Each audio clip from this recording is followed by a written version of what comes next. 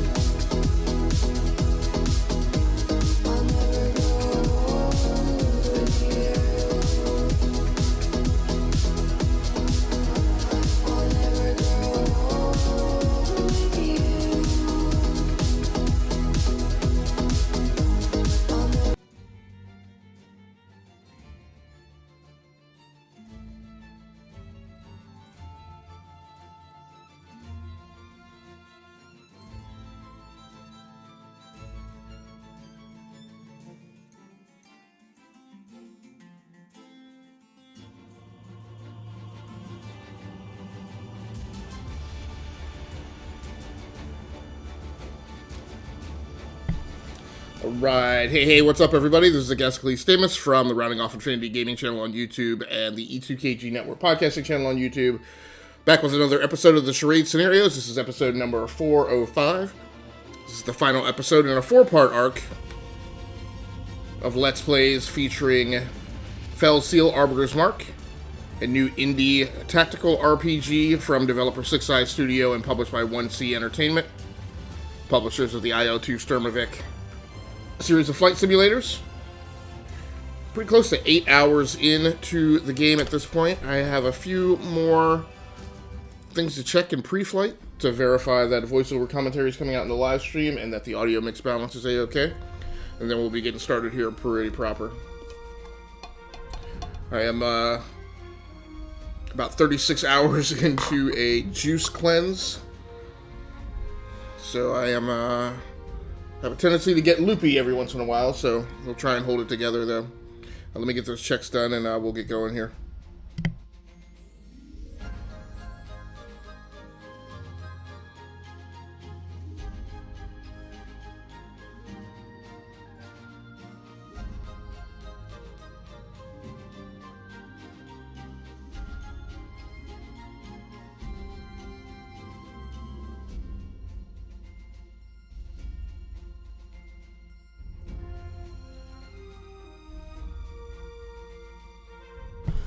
Alright, seems like everything is 5x5. We're going to continue on with the campaign story here. I'm getting a little bit concerned because I have like 15,000 GP.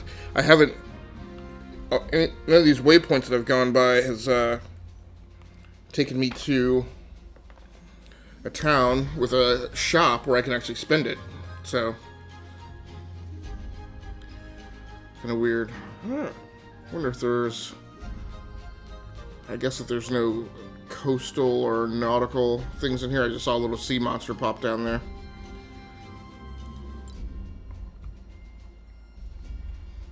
So we do have an event going on. Let's go check that out. Oh, this might just be a campfire scene.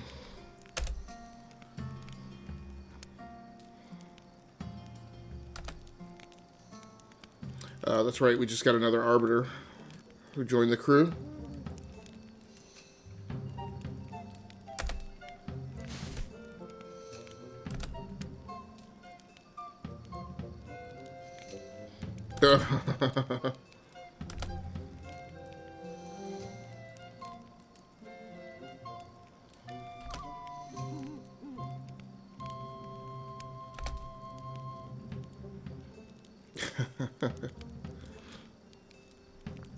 It's a charming little story that this indie developer has put together here. I'm actually a pretty big fan, and I'm not. I generally am not a huge fan of a lot of indie games, but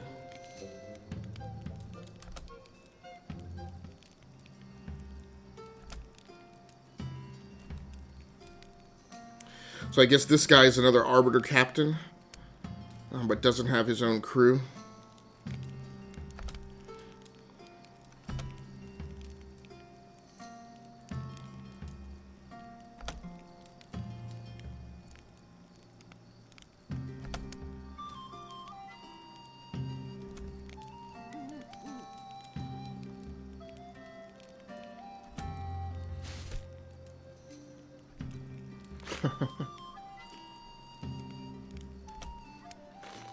Now, this is an interesting twist.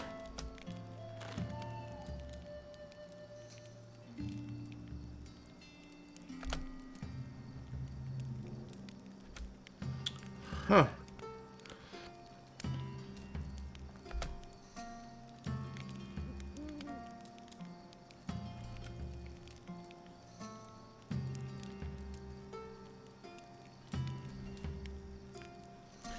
So in the earlier scene with the Immortal, with the Immortals Council, it seems pretty obvious who the bad guy is. But that's not to say that these guys aren't setting us up for a plot twist near the end of the game.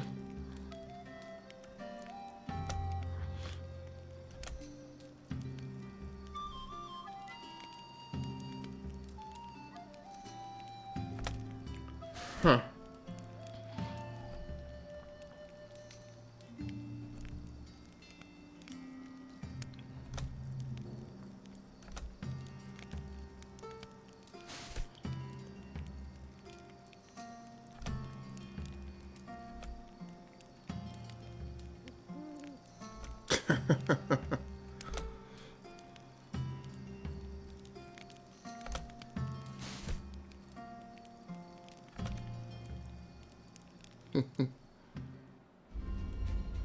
Okay, so at least that's not a...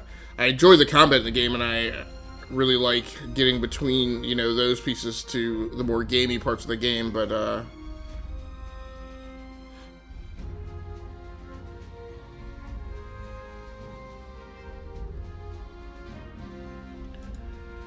know if this is a mistake or not. Is there not a... yeah, so that's the problem, is I missed... Ow. I missed the fact that there was a guild there. So one of the things you have to do in this game is you do need to take frequent saves of your own accord. You cannot save once combat has started. So if you do a lot of inventory management and party management, and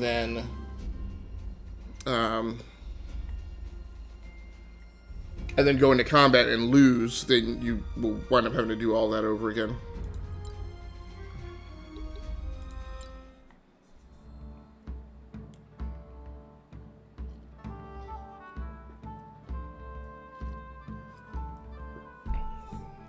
So it is a incredibly rare Saturday morning live stream for me. Now I've bought a plow before, but it's like nobody can use it. But then, so I don't understand. I mean, but I have.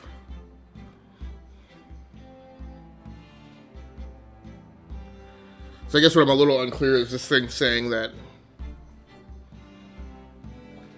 these grayed out classes can't use it, but they're ones that I've discovered. But there are 5 classes that I haven't discovered that can use the plow. Maybe that's what it is. So I think what I need to do is not buy any more weapons unless it's clear to me. Yeah, maybe that's what it is.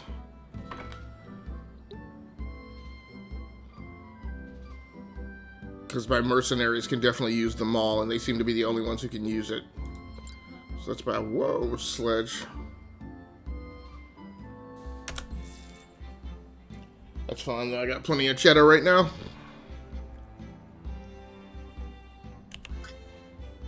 Ooh, longsword. Well, I wonder how I'm supposed to discover the other classes. And I don't know if you discover them by progressing through some other class, or maybe they're people you need to find and add to your party who have those classes. Heavy knife. Battle axe. I do think I am going to switch up some classes. I guess I could argue that maybe I don't need any class repeats in my party. So maybe that's the way I'll approach it. One of my people is a knight. Ooh, boar spear.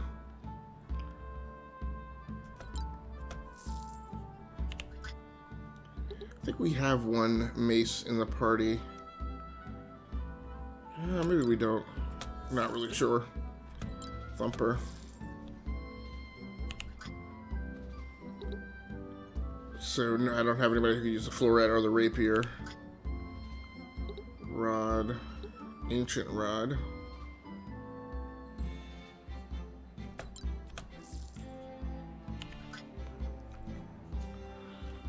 White staff. Alchemistic. I don't even know what that is. And I don't remember seeing that class before, so did that one just present itself? Yeah, so this is the problem. I bought a flintlock before and nobody can use it. Short bow.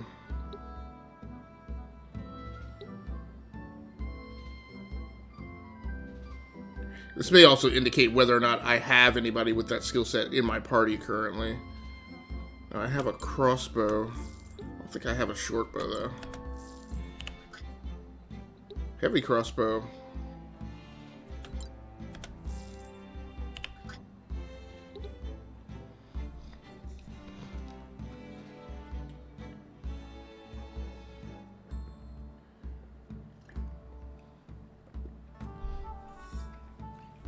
I don't know why a cotton robe. Novice mages.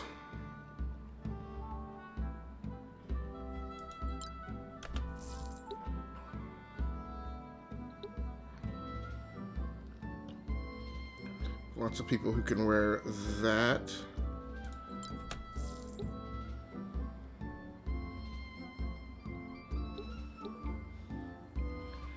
I'm not exactly clear if I have...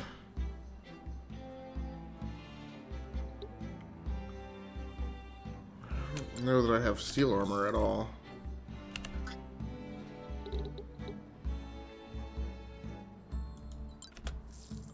Or feathered cap.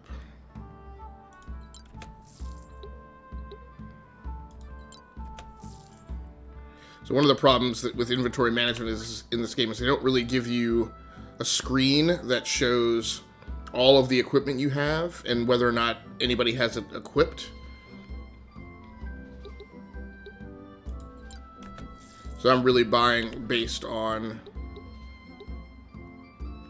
a perception or a belief that these are pieces of equipment that I don't have in the party. And I haven't these things that the rings defend against, I just haven't been exposed to those as far as a threat goes.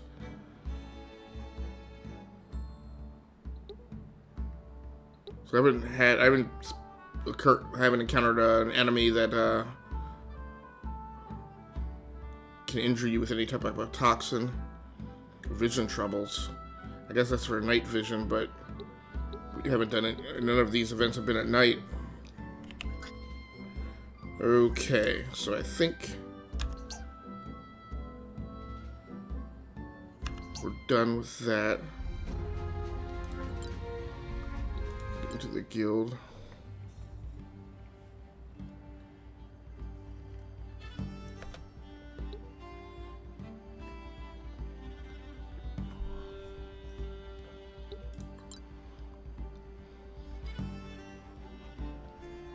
So,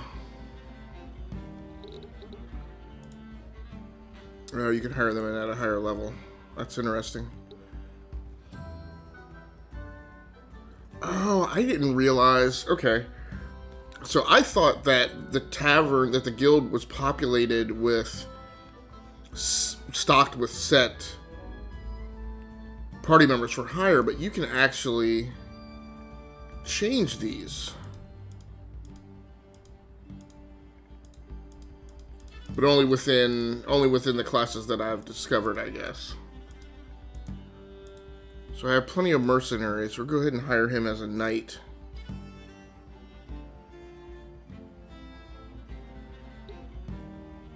Oh, I didn't know you could do all this.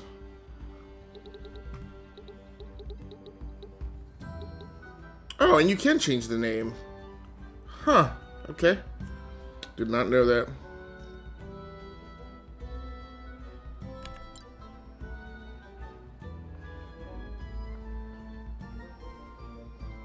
Oh, and you can move the port. Yeah, I just did not know that you could do all this.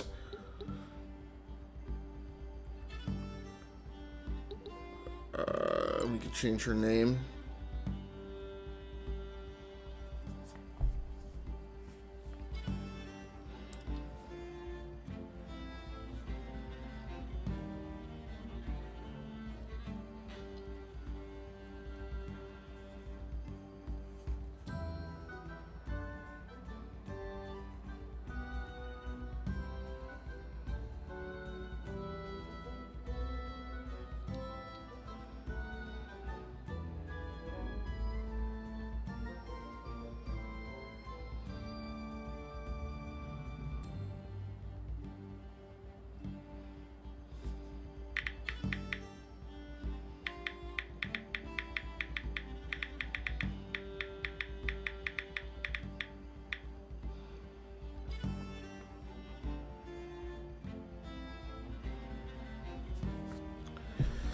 I think I'm actually okay with the names that it generates.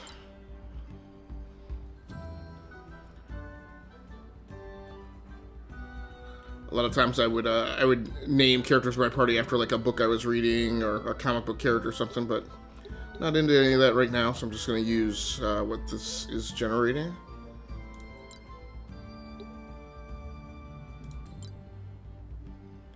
Okay.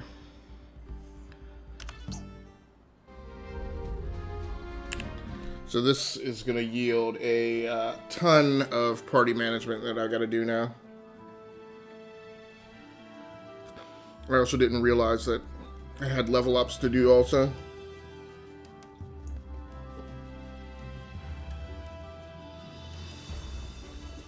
Oh. After juicing for almost a full 2 days, coffee is a big help. Alright, let's do his abilities. This is going to be a really long party management loop because I think I'm going to go through and do abilities first and then come back and do equipment.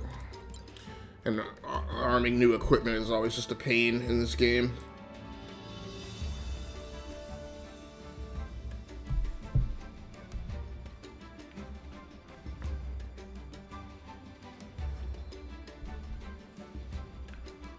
Alright, we'll go counters any damaging offensive spell cast on the character by casting a non-elemental version of it back at the attacker.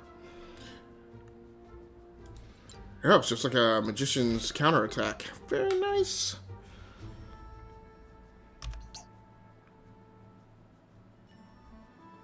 Now, let's see what I want to do here. He's a wizard mercenary.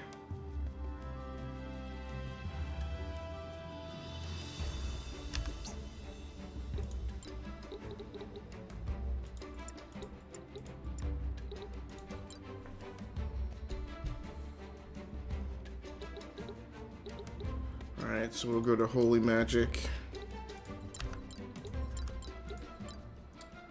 Right, and he's at the magic counterattack. Okay.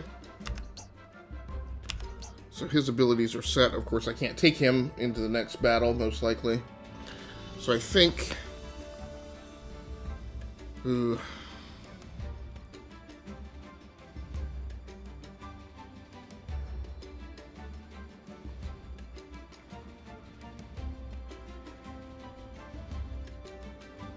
So part of my problem is I don't really know how I want to manage changing classes.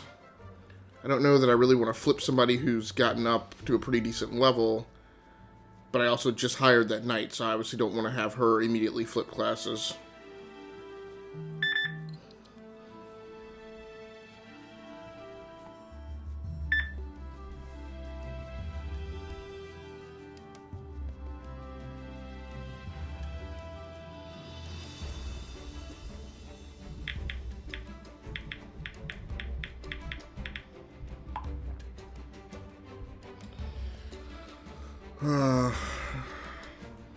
Class change. So, but yeah, I'm definitely not going to class change Virgil. He's become a pretty powerful wizard at this point.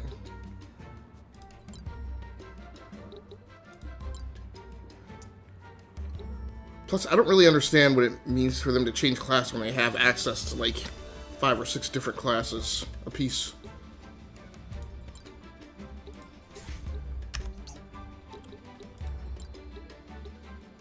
And I really wish they would stack your primary at the top of that list too, instead of it being in alphabetical order. I mean, I understand the sense in that, but it throws me off a little bit whenever I come into that progression screen. Grants renew the character after being targeted by damaging offensive action. A unit will renew, will regain some HP every turn. Very cool. That's actually a thing that Virgil needs. Seems like the AI keeps targeting him because he's a wizard. Alright.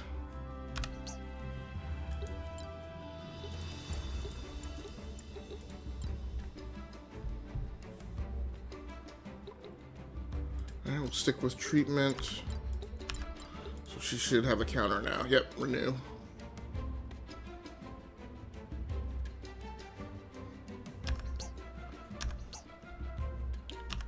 Alright, on to Curie.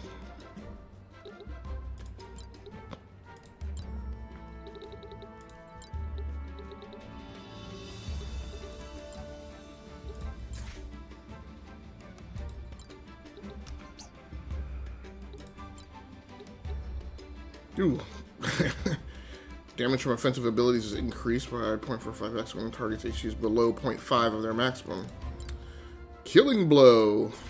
It's what that is.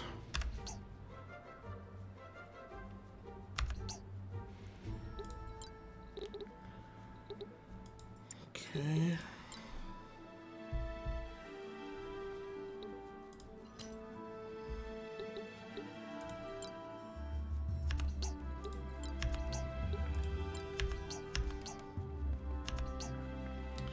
Okay, so now I'm talking and thinking about changing Reiner's class. Equipment abilities.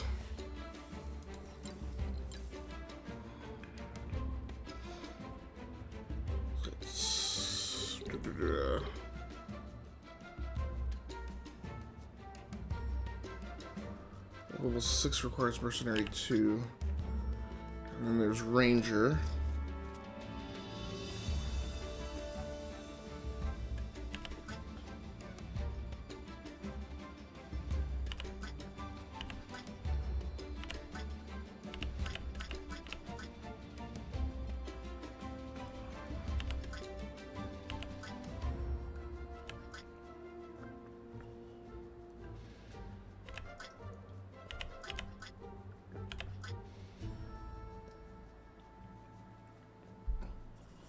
I guess I'll try and switch to Ranger.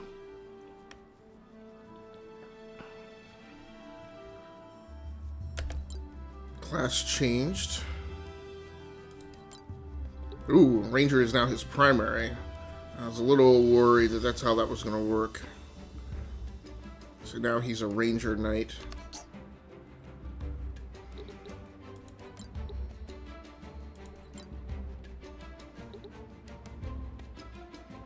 Yeah, he's only a level 1 Ranger, that's the problem.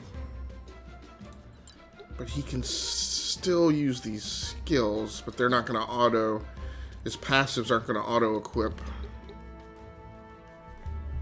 So, it's really uncertain how that's going to change the balance in combat with the party.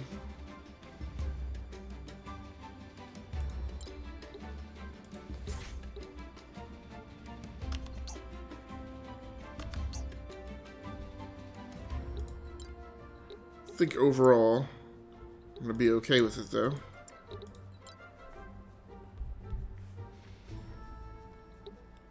But at least give me an opportunity to see exactly how it's going to work.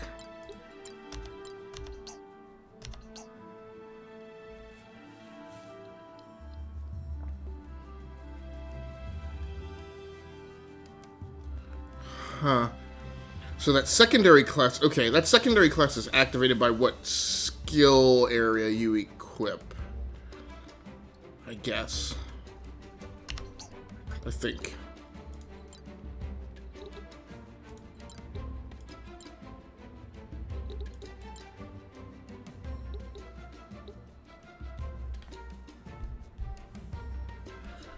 Go with Health Expert. That'll boost her HP.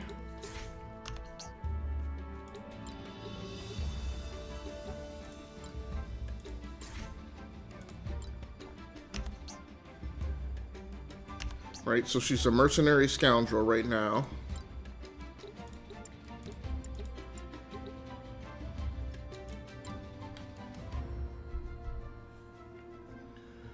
So if I go to trickery, she stays scoundrel.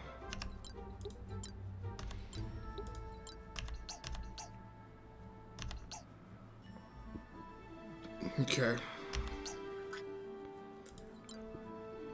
Well, he's a mercenary knight right now.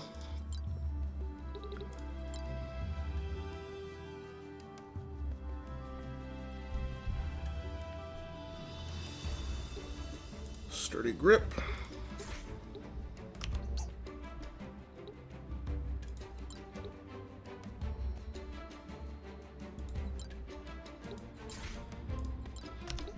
Still a mercenary knight, which I think is what he was when I came into the screen.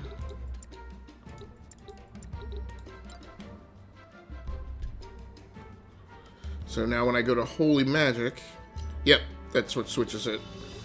So when you change your secondary skill sets, whatever class that skill set is part of is what your secondary class flips to. Gotcha. And so changing class is a matter of moving the primary, and you can always still access the skill sets from a previous class that you've leveled in. Got it. It's a very interesting dual class system. I do like it because it feels less limiting than kind of a standard Dungeons & Dragons approach to a multi-class would be.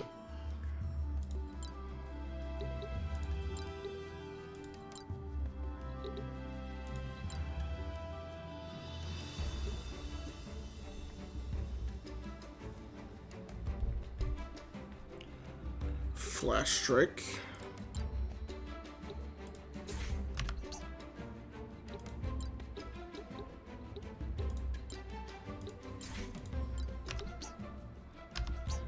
Okay, now that I understand all that, I might be getting through these a little bit quicker. I've definitely not been entirely clear on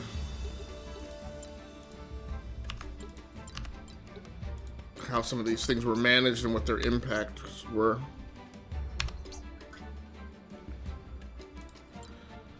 Now, I think when they're brand new level 1 with no experience, they just get the one class, I guess.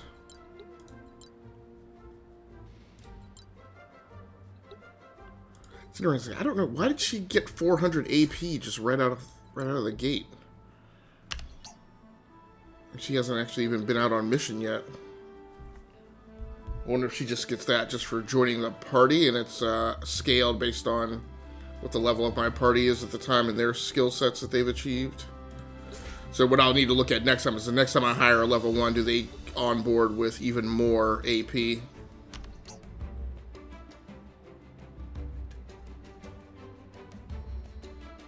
Okay.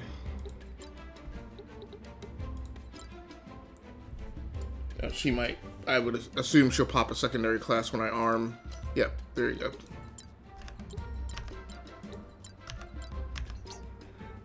Okay. Now I gotta run some equipment, but I need to step away for a second, so I'm gonna put you guys on the BRB screen, and I'll be right back. Okay, so one thing I'm not liking is I don't understand why, no. I don't understand why this thing is, getting out of cal each race.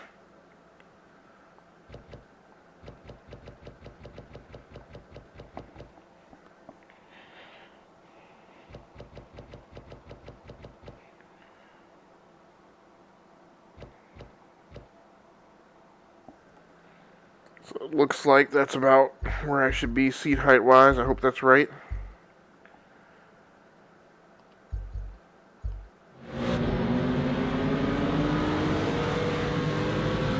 Oh! Woo! Position him. Ah!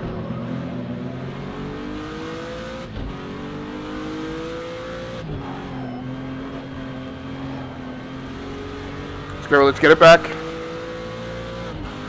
Didn't quite see what track this is. That would have helped.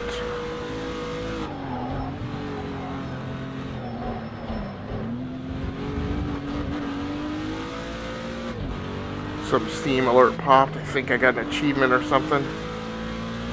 This feels like Nürburgring.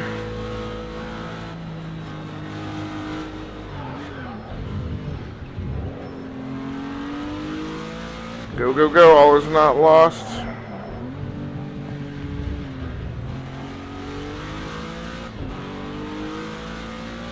Might have to restart this too.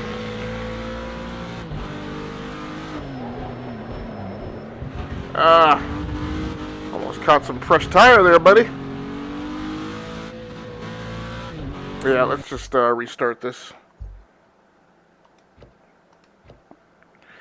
I must have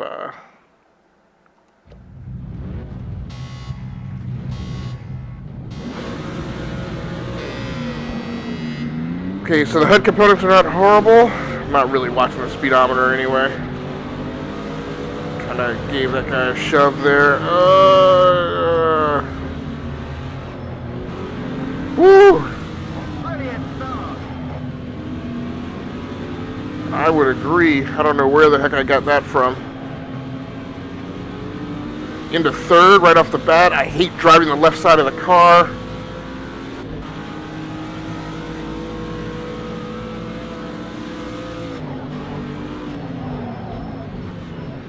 Trying to trail brake this corner. Nope, don't get on the grass. Flip it, A. Come on. I hate these narrows. Stay on him.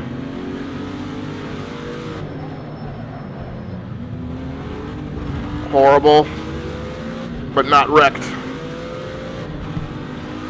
All right, let's get back to it. Time for some equipment management now, because I just got a bunch of new gear. I'm gonna go and resort the units.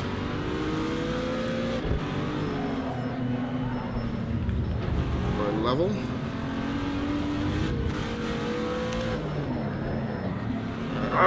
No! Come on. This is why I don't like driving the left-hand side of the cars. I just don't have a good... Really gotten a warm fuzzy for how... I should have a better feel for it, but the fact is after driving on the right-hand side... For so many of the practice and warm-up sessions. Now I get it. Driving on the left-hand side feels weird. Really understand. Okay, I think that means that I have two. Now, if I settle down, I'll probably be fine coming in fourth. Two of them are equipped, which I think is what they mean by worn. If I don't push it too hard. Just not race a little more defensively. So let's see. So took it too wide. This thing, I have one sledge in the park. Good block, though. Switch her to that. Yeah, so now one's equipped. Right. And now I have to spare them all.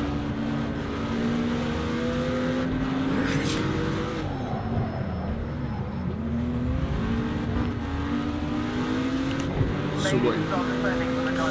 Yeah, I'm trying to. Two are equipped. I have one's equipped. Alright. I can't even see where the track goes coming over that hill. So I have this gauntlet. So can she arm that?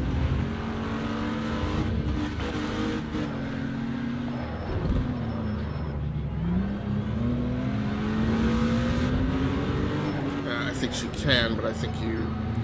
Yeah, like I said, if you keep it under control, you can probably hold on to fourth. Yeah, these equipment slots are kind of, how these are handled, kind of messes me up. So what I'm looking for is, do I have... Problem is, you really almost have to have these corners flipping, hey. Hey, Google, stop the timer. A wizard glove, besides she already has the gauntlets on. I think... You really always have to have that series of corners memorized, and you don't quite. Such a funky equipment management system. That was a quick defend. The question is, yeah, I guess I didn't over-defend. Got it just right. Arm up his crossbow. I'm going to recover it in this sigils. Feeling too much like I have to like lean over. I don't know if that's a VR visor problem or just me feeling off. I would think that I have, yeah, so what's the defense on? Defense 3, they're both the same defense, so it doesn't really matter to him to swap those out. I think that's me not being used to this track and this car. Appearance would be neat if it did. All these things are distributed, so I think he's fighting these corners pretty aggressively, but it's so now, okay, there's leather armor. That wasn't very smooth, but all it's letting me do is stay ahead of this guy. It's not really letting me catch up. Since he's a ranger now. These guys in the front are gone. Fortunately, this is the last lap. I think I'm actually on the back straight now. There's nothing really there. There we go. Arm for accessories. Okay. We're gonna take that and call that a keeper. Man, it took me a while to figure out that flipping 4th position. Equipment management, and of course I didn't switch over to the main scene. Sorry about that.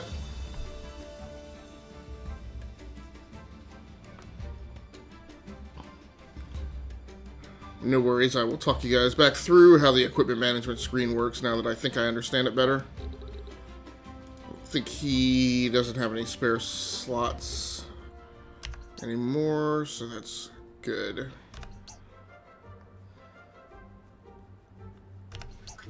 Alright, let's go to Lana. Interesting that Lana is now... I mean, she was somebody I hired out of the guild, I think. Maybe, maybe not. Maybe she was just the first one that I used in combat in the opening mission. Let's go equipment. So you select the wood staff. This screen now shows you, I guess, weapons that are in that class, or maybe it would show all the weapons that she can use. I think as a mender, she can only use a limited number of weapons. But this worn column means equipped, and this held column means owned. So basically what this is showing is that in my party equipment, I own one white staff and no one has it equipped. So when I click that, she equips it, right? And now it'll show one white staff owned, one equipped. And now I own 2 wood staffs and no one has them equipped. It's just a highly unintuitive, it's just a very unintuitive. It's like worn held, like what the heck? Equipped and owned would have been better, but I guess, yeah, they could have definitely spaced out the fonts on that. It's not like those words are too long. But it's good. And then only certain equipment can be equipped in these slots. I don't entirely understand that. Now, so she's wearing the circlet. It only has a defensive 1. The Phrygian cap is a defensive 3. Other people have the fur caps, so she can put the feathered cap on. That will increase her defense. Now she's wearing a linen robe with defense 30. The cotton robe has defense 30, so it doesn't really matter. But this, and I don't know what this is, resistance maybe? Cotton robe does seem to be a little better though.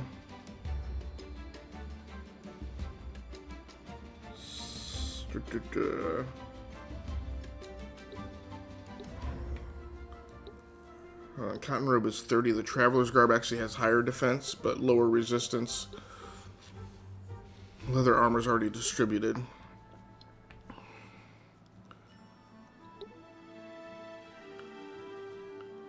I think I'm going to have her go ahead and equip.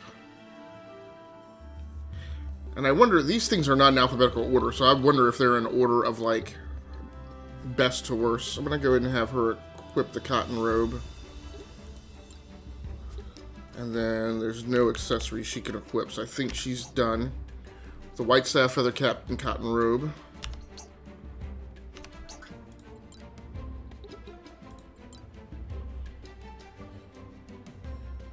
Unfortunately, this is the thing about this, is it's a very long inventory loop when you're changing things around. So we will fit her out with the battle axe. She could put an accessory on that hand, but they're already all farmed out. Somebody's got the bronze shield equipped. And somebody has the steel helm.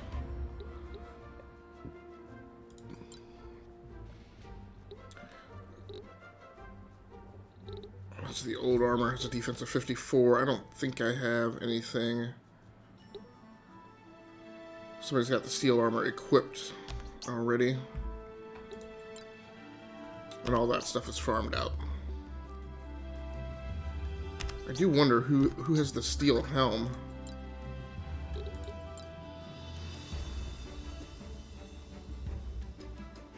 She's got a bronze. He's got a fur cap. Pretty sure she doesn't. I don't think she can equip a steel helm. Nope.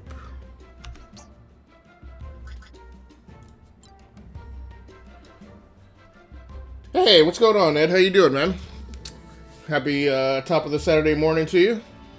Got some cool things going on today, or are you just relaxing, or do you have to be out in the streets working today?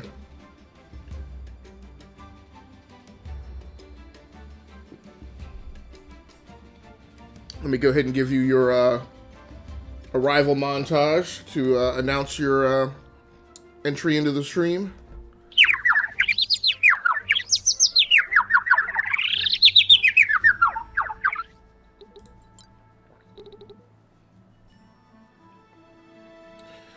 So sorry, random number, you got the cartoon birds for today.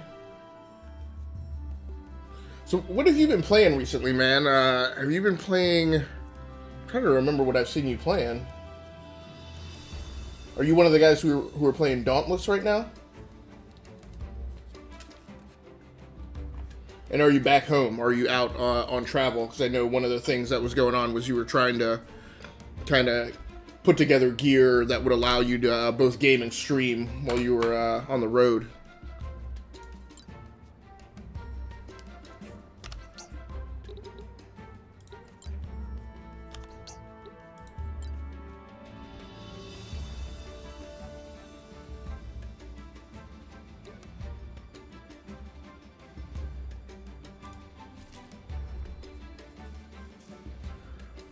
Well, thanks a lot for stopping through, man. I do appreciate you.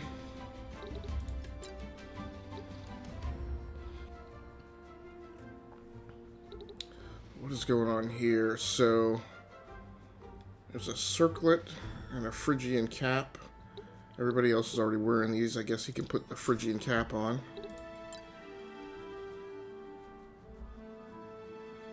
There's some spare linen robes. That's what he has on. His traveler garb, which actually has a slightly higher defense. We've got spares of those, so we'll put those on. I'm about to be live at home with some follower games on Fortnite, but I've been trying to get into the new Battle Royale game, Spellbreak. Tell me about Spellbreak, man. I haven't heard about that. If you got time. I completely understand that schedule and that loop of trying to get prepped to go live yourself. It always takes me like an hour. Like if there's one thing I could do with streaming, it would be get that loop down, but still be able to do like have all the production elements that I have in my live streams. I know if I would just like live stream directly from like my console or something like that, I would be able to like turn the thing on and be live, you know, in 5 minutes. But right now I get crushed every time I'm about to go live because of all the stuff I have to do. But yeah, tell me about Spellbreak, man. The name sounds familiar, but and you know me, I feel like I know about like all the games. So you stumped the chump this morning. I'm curious to hear about it. But so it is a new Battle Royale game. Is it a console or PC or both?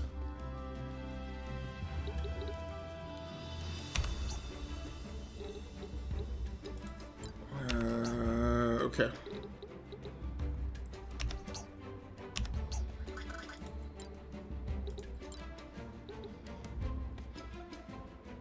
Who has the stinking steel helm? Alright, so we're going to switch him to longsword. Do a little more damage. Well, Spellbreak has been fun for sure, but it's my first game on a keyboard, so it's a huge learning experience. LOL. So are you on PC now? Because I thought you were you on PlayStation 4?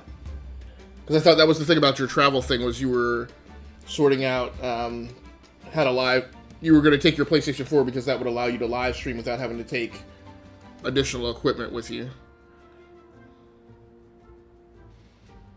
But maybe I do remember you had just built a PC. It's funny because this game, actually, I made a mistake. So this game is actually available on PC, PlayStation 4, and Xbox. And I realized after the fact I should have actually bought it on Xbox because it actually has better reviews. And that's what I've been planning to do. But the morning, because usually when it's new video game day for me, I usually buy I usually buy the game in the morning if I'm buying it digitally, and I just wasn't thinking, or I was tired or something, and I bought it on PC, and I'm so glad I did now, because I can't imagine how I would play this with a controller. Spellbreak is pretty cool. It's strictly PC right now. I can't even use a controller on it, but there's a lot of different powers like electric fire, toxic. Oh, very cool. This game kind of has some of that too with the wizards. It's not a battle royale, obviously. But yeah, that's very cool. I will definitely check that out. Is it free to play?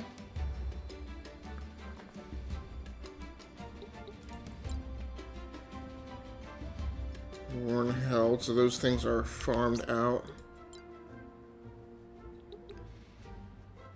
What I wish this game would do is when you highlight steel, like I wish it would show on the screen who has it on if it's already being used.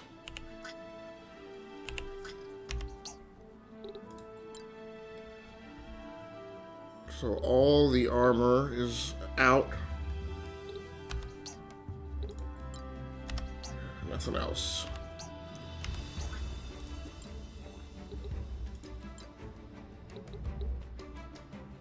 Yeah, that really... I don't get that. I wonder if it's I have a steel helm, but nobody can... No, it says that somebody's wearing it. I built a PC, and I'm looking into upping my GPU now because I only have the 1050 Ti, which I had in my streaming PC, but I bought a gaming laptop to stream Fortnite while I'm gone. I'm looking into upping my GPU now because I have the 1050 Ti, which I had in my streaming PC.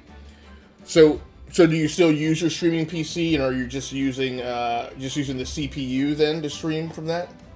You can buy the beta on sale now. The cheapest one is $22.50, but you get $35 worth of in-game currency when the game comes out, and obviously the game LO. Okay, very cool. Yeah, I will check that out.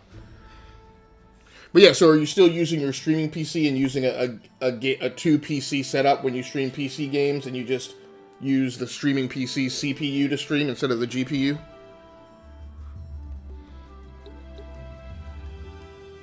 So the sledge is out. Nobody's got the short, so he's got a maul armed. There's an axe available.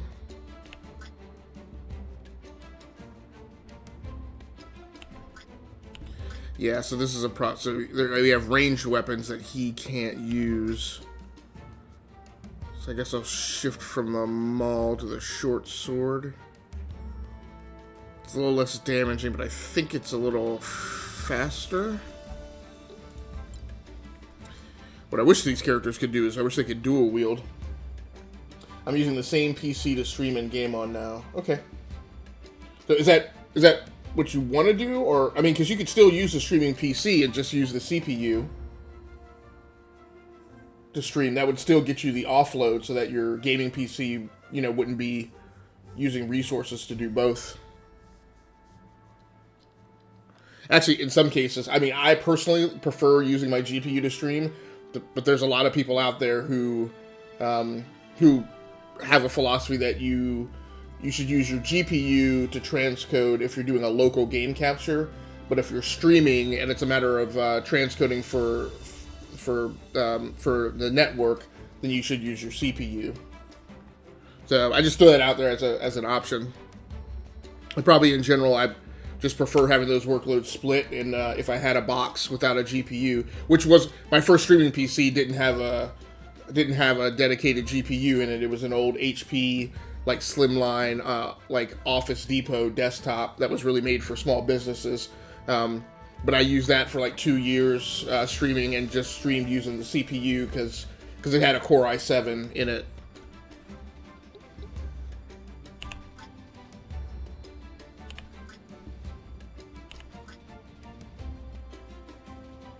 Dock and Chiss.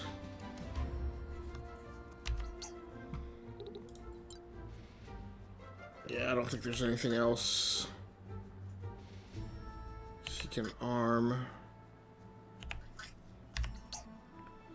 She's got no cap. He's already wearing the traveler's garb, right? Yeah, something is wonked, because I don't know. Somebody has this steel helm on.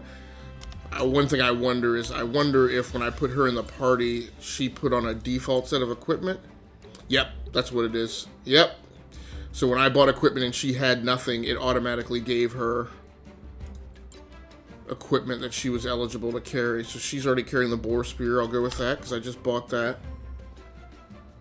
So I sold my old PC to Grimjoy because his fried, so I only had the one. Okay, I got you. I got you. Very cool.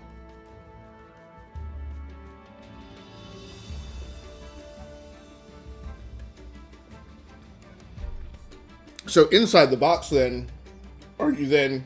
So with streaming with the one PC, you're using the CPU to stream them, right? So your GPU, so that 1050 Ti is entirely available just for the game. Bronze spear, bronze shield, steel helm. Oh, she got the steel armor. Okie dokie. Okay, so all that's good.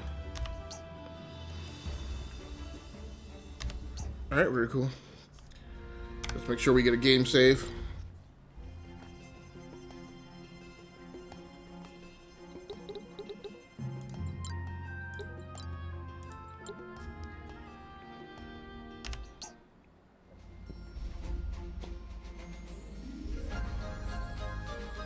So we're about an hour into the live stream, so we're about halfway through.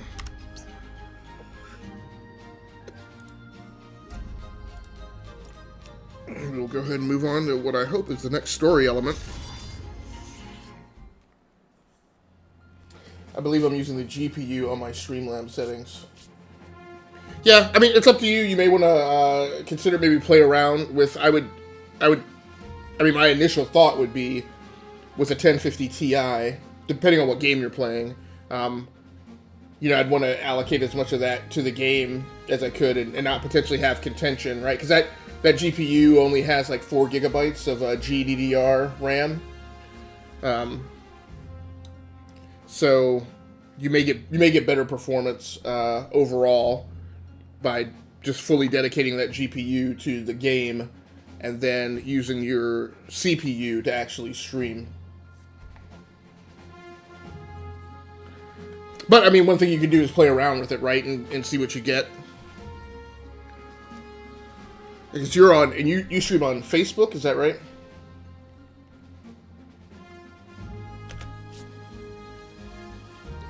I also wish you just had the ability to scroll out so I could see exactly what the enemy count is, or if they just put that on the screen somewhere for you. 1, 2, 3, 4, 5... 6, 7. What? It's gonna be 7 on 6? That's some Dukas right there. Very glad I got a game save before I walked into this. This is a new enemy type here, Mad Mardigan. And we got a treasure box on the screen. Alright. Now can I... His attack's 134, and he's a level 6.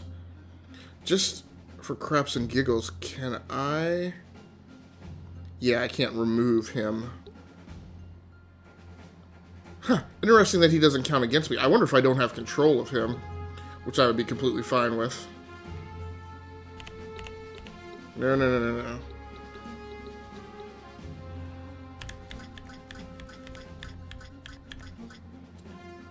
Okay, we can't take Virgil because he's injured. Tone Loke.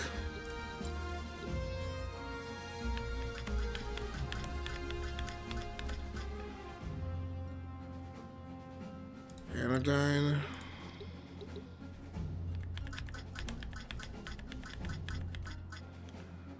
Reiner.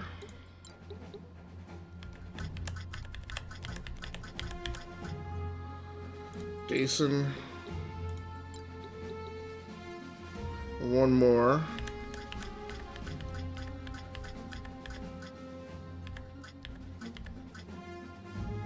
Oof. Level 1 character's going out. That's fine. Yeah, Facebook, but what GPU do you recommend? I have the Ryzen 5 1600 and a 550 watt power supply. So, I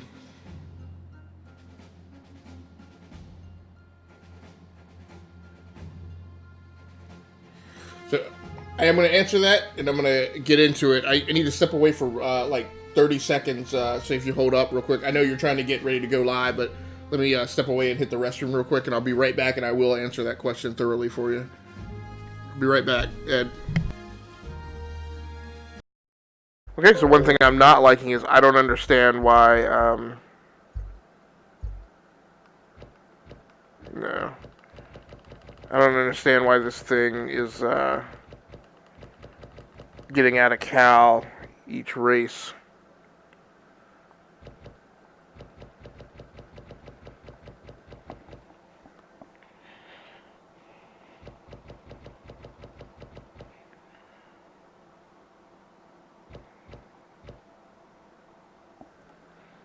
So it looks like that's about where I should be seat height wise. I hope that's right.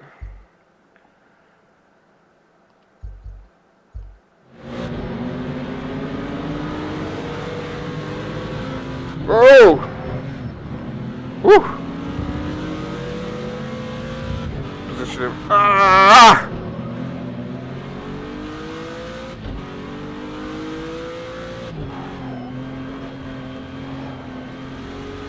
Let's go, let's get it back.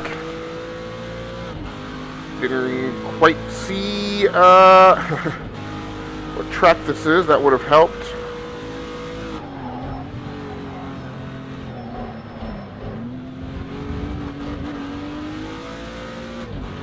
Some Steam alert popped. I think I got an achievement or something.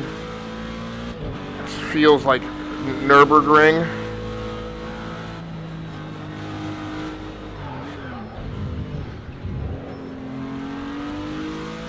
Go, go, go. All is not lost.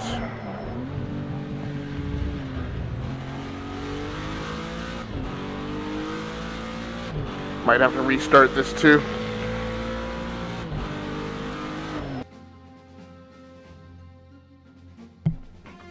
Alright, man. Well, thanks for hanging out.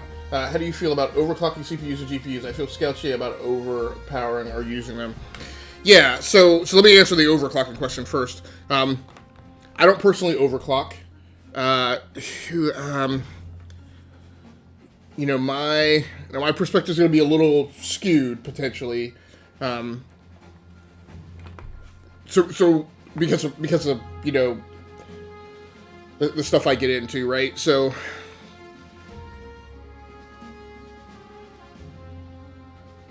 my thing is I have multiple PCs running in the studio, right? I have those multiple PCs so that I can have redundancy in the studio schema. I also have those multiple PCs. I'm trying to figure out how to articulate it. I also have those multiple PCs so that I can more widely distribute wear and tear. So my big thing is the reason the studio is set up like this with the equipment it's kitted out with is so that anything that I buy or run, theoretically, at a high level, is going to last twice as long as it would if I just had one of that thing and ran it twice as often. That all being said, I frequently wind up upgrading right before it would really be an issue technically, but that's why the studio is set up the way it is.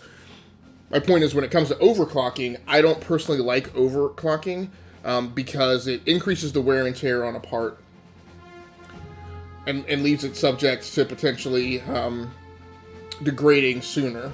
Now, again, it's probably I'm probably going to wind up upgrading that part before it ever really becomes an issue. But in general, I don't overclock. I guess my philosophy and outlook on life is save the extra $50 and buy the next higher speed part, right? Like there's this notion of overclocking to to shave, and I'm like, well, I personally feel that's part of that is embedded in this rush to equip ourselves with something. I don't know. My personal feeling is, if you want something that runs at 4 gigahertz, just save your money and buy the 4 gigahertz thing. Don't buy the 3 gigahertz thing and then overclock it. Now, there used to be a time back in the day when overclocking was like a representation of your geek cred, and I did overclock, right? And nowadays with liquid cooling, you could certainly do that. The biggest reason I don't do it is because, and what is true, is that in order to overclock, what happens is the motherboard sends additional voltage to the CPU and additional voltage to the GPU if you're going to overclock it, as well as everything else, including your memory. So now you can buy parts that are going to handle all that, and sometimes motherboards have settings to handle it, but my problem is PCs are highly complicated things. Add gaming on top of that, and then add streaming on top of that, and the space you're going to get into is when you do have a problem, when you have an application crash or something go down or just wonky behavior, the first suspect is that something in monkeying with the clock speeds and overvoltaging the components is the cause of that. So before you can even start troubleshooting anything, you're going to have to go into BIOS, ramp down all that overclocking stuff, and then start your troubleshooting process. That's just an additional layer that I don't personally have time for. And when I did used to overclock, that's why I stopped doing it, is because when there was a crash or a Windows hiccup or something, it just further complicated my ability to figure out what the root cause was. And I finally was like, this like, it's not worth it. So that's just me. And thanks, man. It's really good to see you too. I definitely kind of backpedaled away from social media for a while. So, but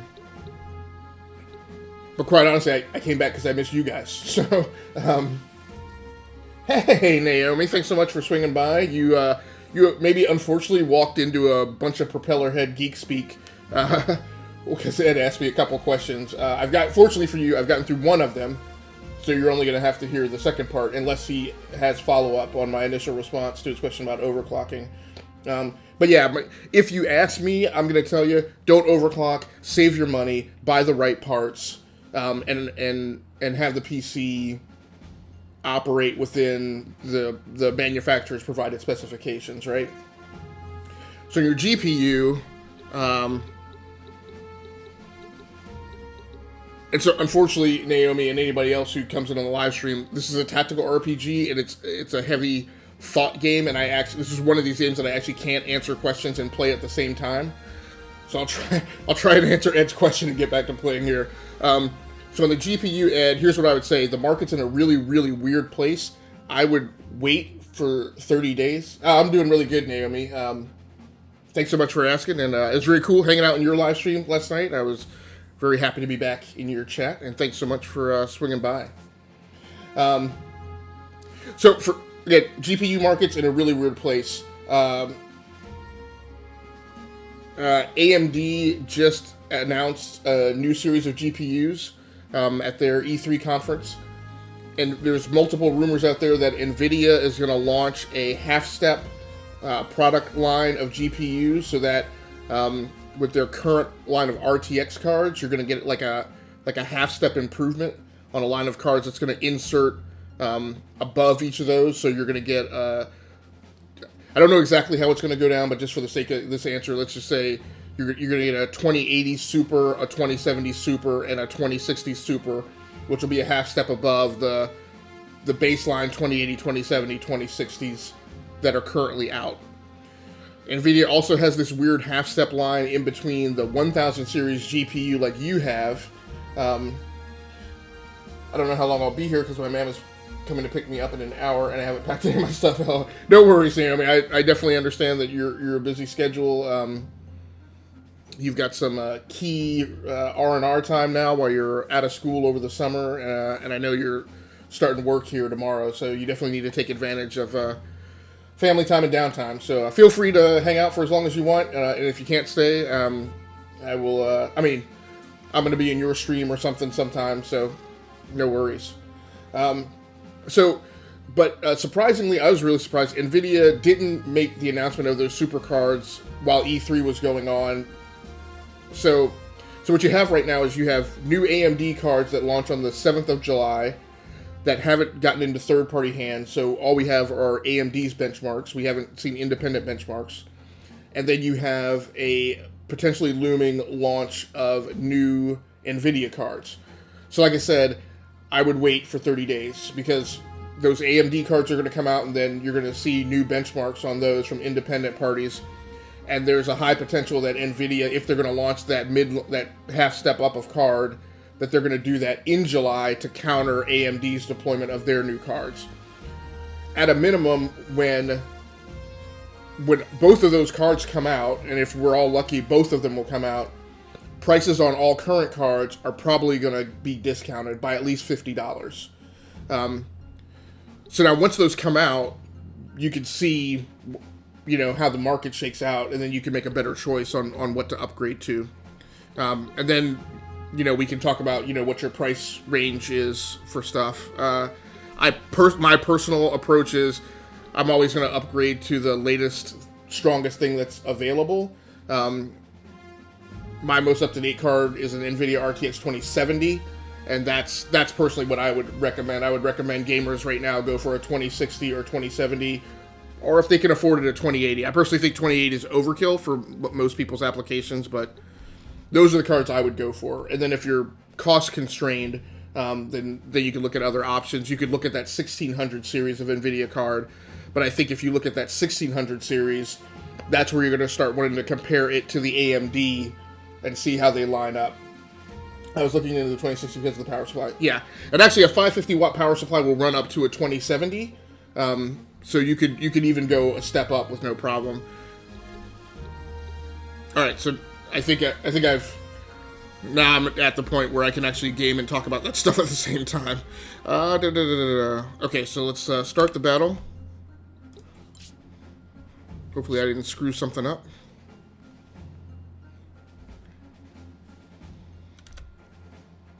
Oh, these guys are blocking us off from the temple. Huh, so this is the first time that we've seen this seal. Oh, this game is so dialogue heavy. Oh, okay. That's what I was curious about, whether or not they would actually give me control of Bizarro. Oh, no, what is that? Alright, so he's a buffer, so he needs to be a priority. Rainer has a... I thought he's got a crossbow, right? But nobody's in range. I'll be going hard on the new Gears of War. LOL. Nice, thanks for giving up. Thanks a lot, man. Appreciate it. No worries at all. Yeah, so if you're going to play Gears and you want to play on PC, you need to go for the highest performant card that you can get your hands on. Because Gears 4... I mean, I run on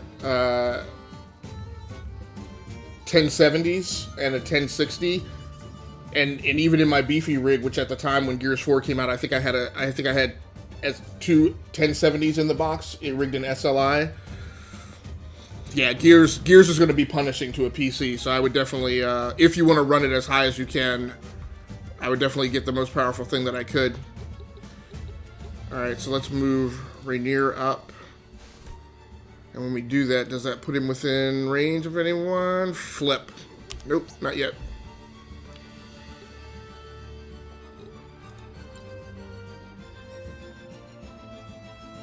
Can he do a rooting shot? Nope, still not within range.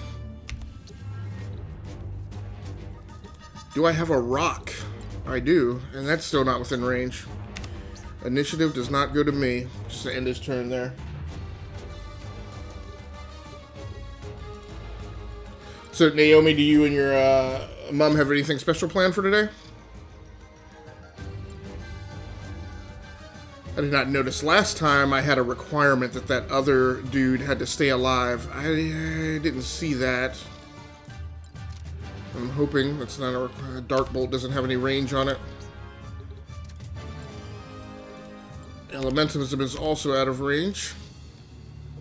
Let's just get her moving. probably don't need to get that close, but she's not really a ranged character anyway. What do we got? She cannot pull an attack. I think she can blast him with the Dark Bolt, though. Ooh, 122 HP. Boom! Yeah, no problem at all, Ed, man. So glad to see you guys around and be back with your guys' crew. So, time to stream. See you next time, my guy. Thanks again for everything. Yeah, no doubt, man. Best of luck. If you're still streaming when I get done, I'll swing over and check you out. I'll probably be on for about another 43 minutes.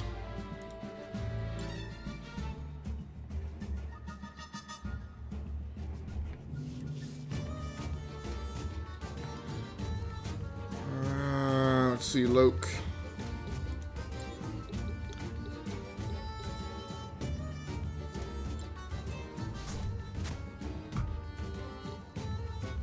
Warcraft. Holy magic. He's got nothing. Oh, maybe he's got a rock.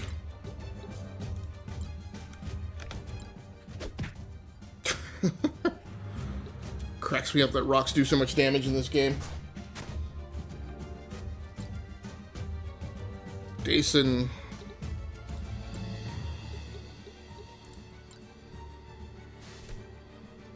Attack Warcraft Trickery. He does not have a rock.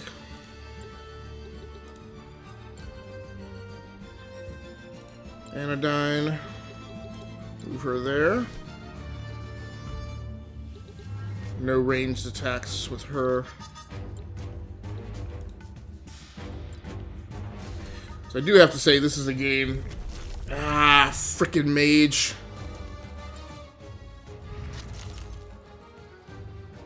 A night wizard? That better not. Okay, I was about to say that better not be a third night wizard.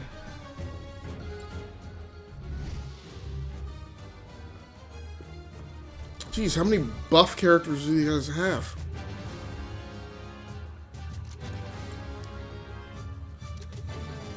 If she moves there, can she get an attack on him? No. Fripp. Alright, well, let's... just in case he's able to attack her before she can move again, let's get her in defensive pose.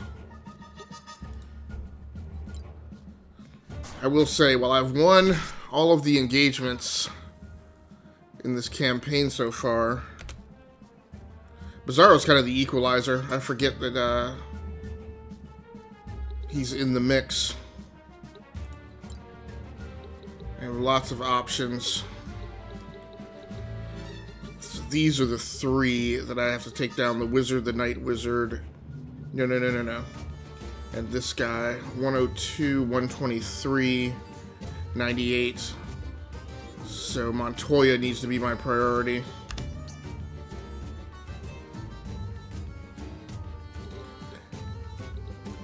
So Naomi, you getting packed? So is this the... and is this the big pickup where she's having to get everything, or is this just like a day bit?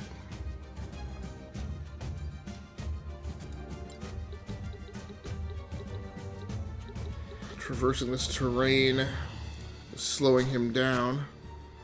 Does that get him within range? Yes. Take down the wizard!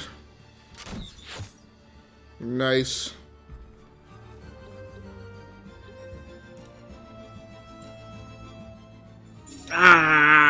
Stinking healer.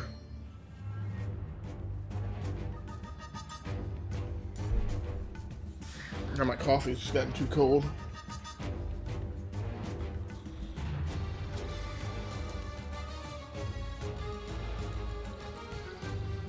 Great.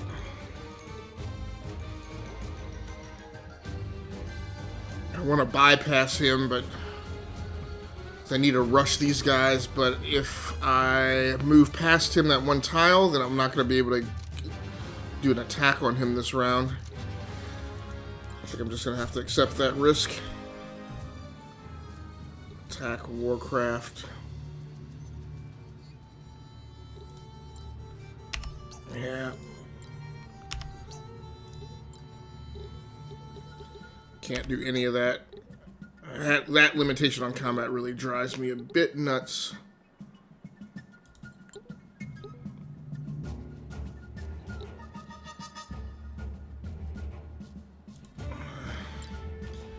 Facing that way isn't going to really help me defend against him, but I guess if that's the only thing I can do. So I will say this is a game that I needed. I've been playing a lot of VR and The Division 2. A lot of Twitch games requiring quick reflexes. Kind of nice to... this is mentally challenging, but it's nice to just kind of physically relax while I'm gaming. Particularly considering the fact that I haven't eaten anything. Really looking forward to... my cleanse is over tonight. I'm really looking forward to ordering Thai food is my plan.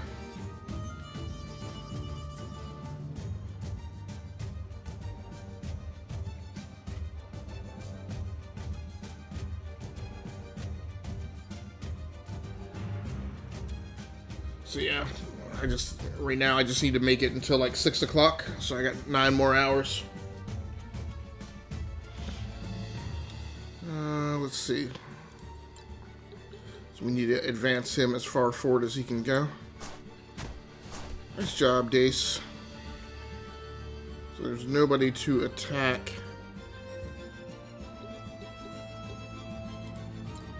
No rock. It's really weird. I thought there was... I'm tired of these guys buffing. Curie. Ooh. A total bum rush.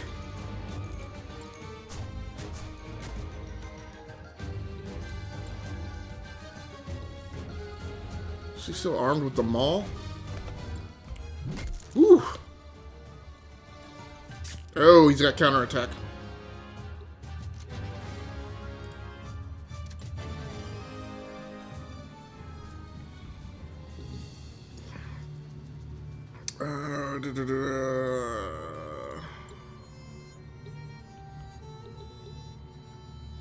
Alright, yeah, good. So nobody's got too horrible damage right now. This is frustrating. He can get right up to them, but...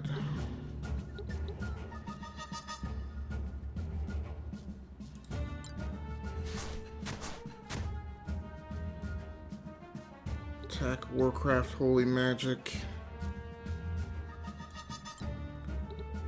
Let's do heal. Ooh, she's on 40-something points. Nice move, Dace. That's where that those multi-class characters are really a big help and really change the dynamic of combat in a game like this.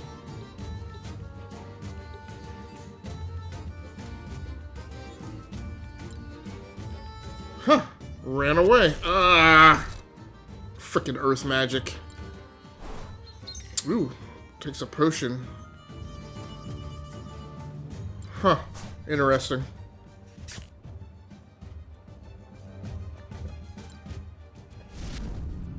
Oh, what was that? Poison. Of course, I just ran my mouth about not needing a power with antitoxin. Great. Now, somebody also needs to rush the treasure box. I'm not going to do that, though. I got a defilade. Who's that that's hurting? Locke. I got a trait. Some more of the opposing force here before I make a rush for the treasure box.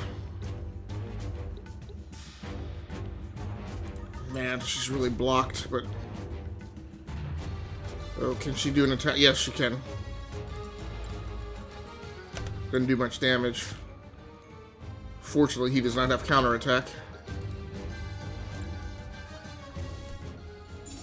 Ah, nice, Bizarro. Thanks for the heal. Dason. So that was actually Locke who was hurting. Get Dason here. Do his attack. That dude has counterattack, though. I also wish they would tell you what weapon he was attacking with. I guess he's got a long sword or short sword, maybe. Ouch!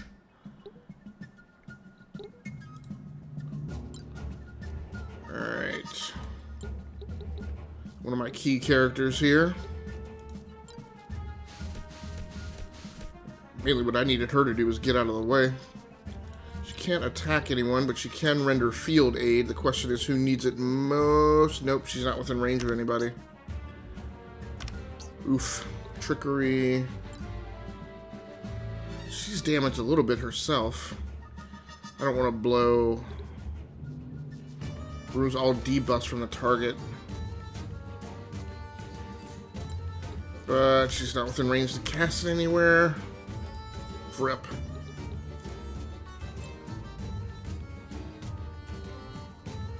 Reiner. Can he just attack from here? Yeah, he's got that guy within range. That freaking heavy crossbow is the bomb.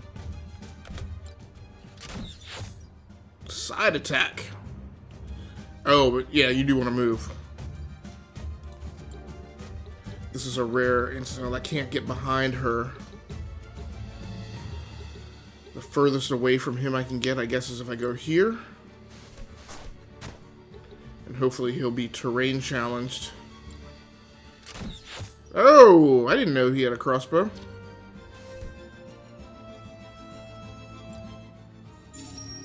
Ah, enough with the healing. I may have to shift and pivot and take her down. Curie. I attacked him with the maul. Yeah, because he's back up to 105.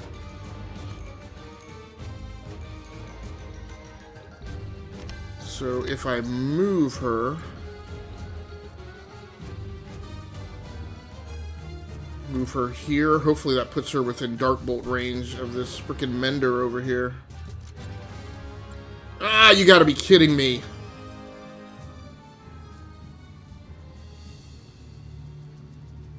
Well, if that's the case, then I'm gonna still hit him. I might just be able to overwhelm his defenses this round, maybe. Loke. Loke's hurting. He can't get close enough to the healer.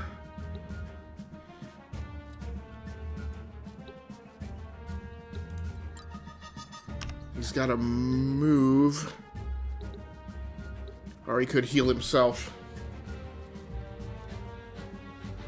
Tough choices here.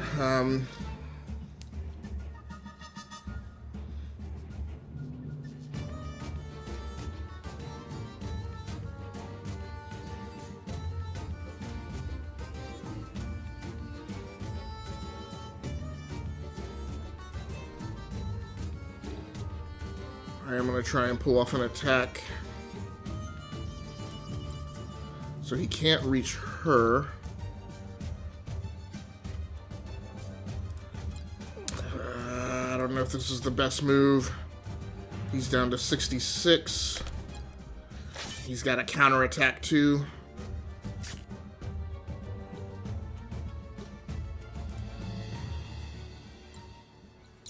Oh!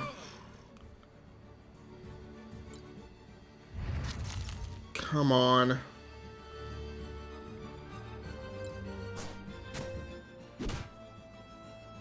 Defensive hit.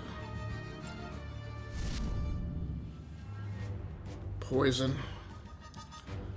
Man, we are getting jacked. Now, I could be right on the verge of turning the tide of battle.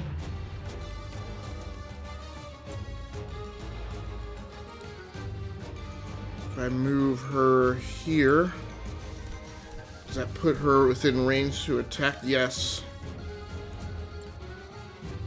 She does not have counterattack.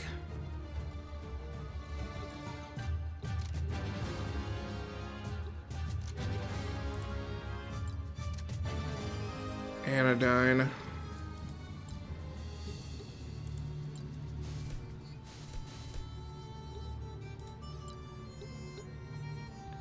Please be big damage.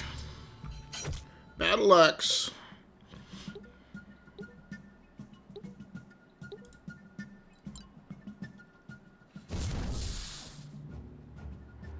Ooh. Good, nice. Bizarro. That's huge. I really need to take that healer down. So let's do a move to here.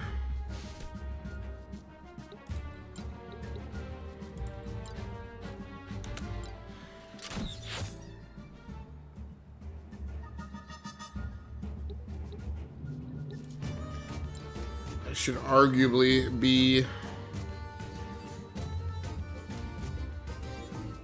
He's got to heal himself.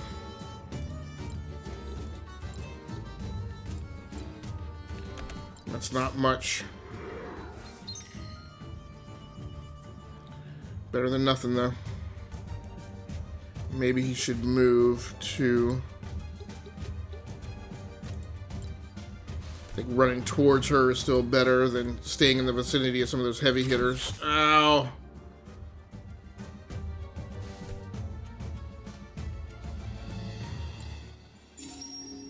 Heals herself. Good.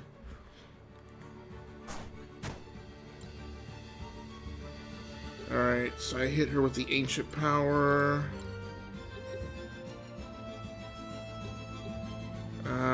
If I do that, that'll hit both of them. That will be good.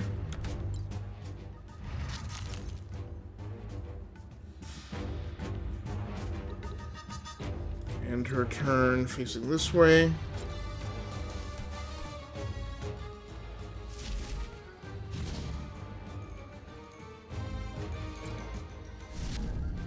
Oh, they're trying to gang up on Kiri.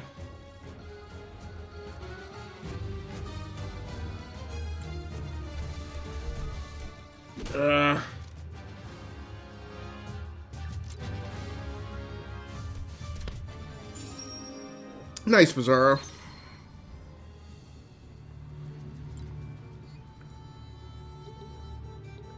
Now, I think this is where the healer goes down.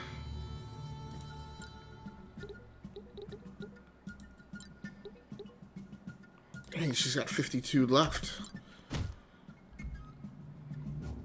She keeps healing herself is the problem.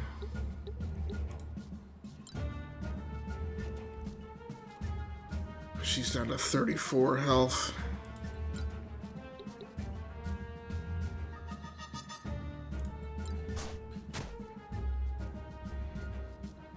Let's go Chivalry.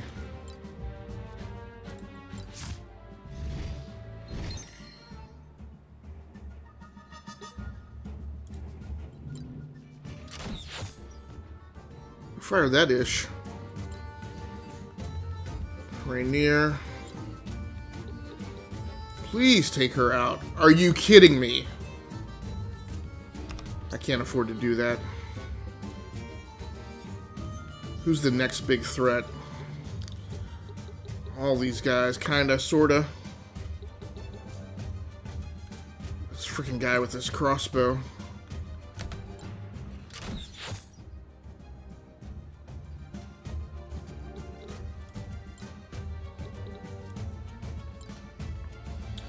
Dason, who's down to 19. This is risky, but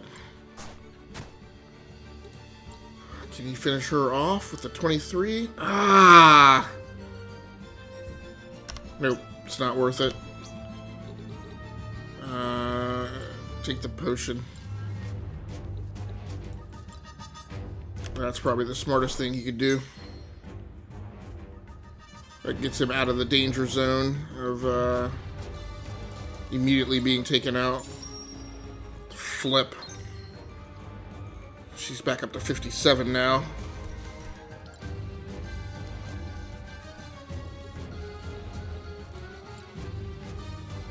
No. Let's do a back attack. Ooh. That's a bone crusher right there. Yeah, I see you, fool. What's she gonna do? Oh.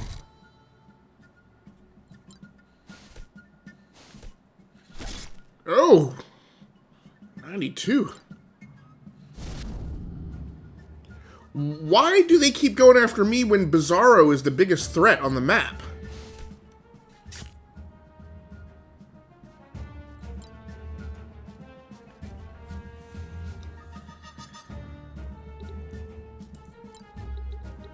Yeah, I definitely need to take that healer down. You're out, Bizzo. Thump. I wonder why she has a man's voice for her grunt. Alright, now things are going to be very tricky. Well, why is she... Oh, because the toxin got her. Ah, man. I can't afford to lose Kiri or her. Man, but I hate to give up. I mean, Reiner's a big hitter. Alright, so I need to think about that. I need to step away for a second. This cleanse has me going to the bathroom like every 5 minutes. I'll put you guys back on the BRB screen. I'll be right back as quickly as possible. Okay, so one thing I'm not liking is I don't understand why, no. I don't understand why this thing is, getting out of Cal each race.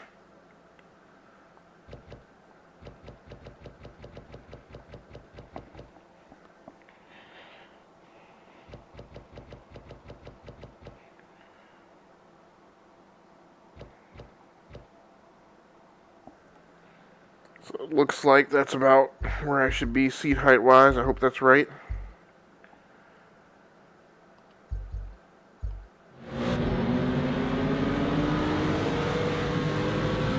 Oh! Woo! Position him. Ah!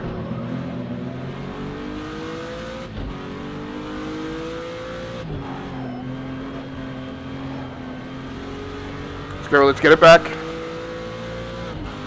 Didn't quite see what track this is. That would have helped.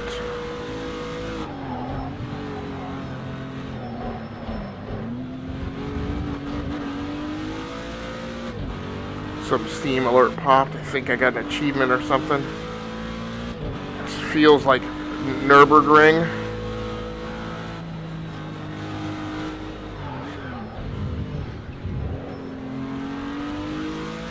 Go, go, go. All is not lost.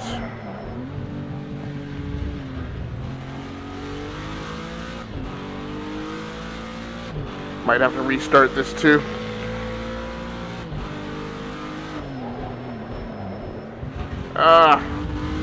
Almost caught some fresh tire there, buddy.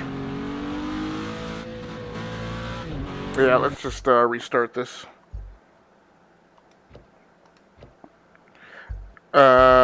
I must have,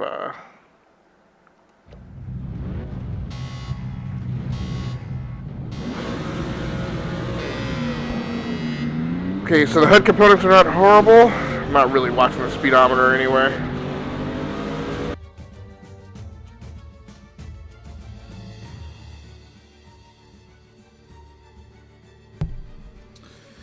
Alright, so I gotta decide what to do with Reiner here.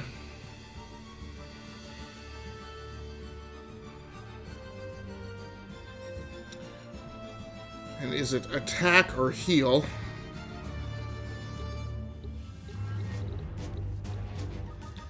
I guess he's gonna heal. So if I remove the debuff. Now my problem is I don't actually know. Well, that's her resistances. But I can't tell. Yeah, so it shows that she's poisoned there, the green in the upper right-hand corner. Alright, so that'll remove her toxin thing. The first time I've actually used that.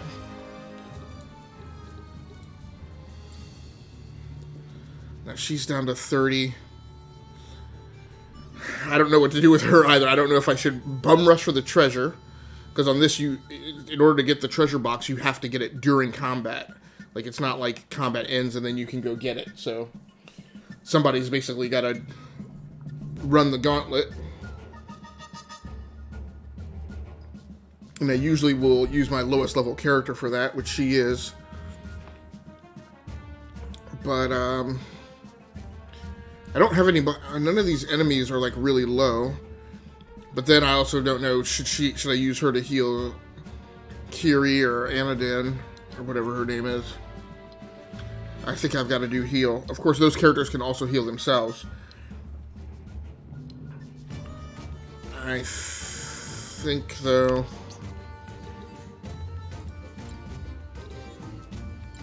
And of course, when she heals them... Oh, she's on a 1 HP.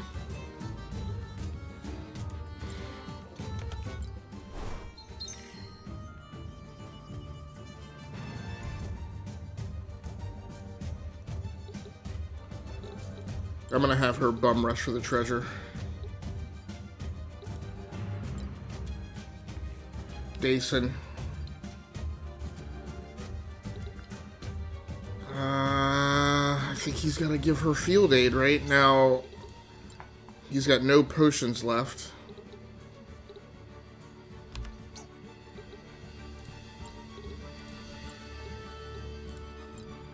Doesn't give her a lot of HP back, but maybe just enough to stave off losing her as well.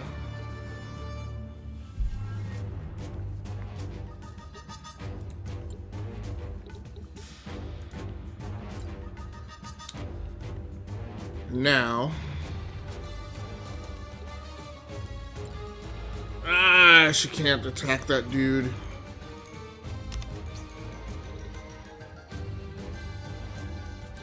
Let's see, I need to check. So he's 108, he's 67, he's 102. So if we take him down, right, that'll stop all the bullcrap ranged attacks. I hope that is, I hope this is the space right in front of him and this is not diagonal. Yes, okay.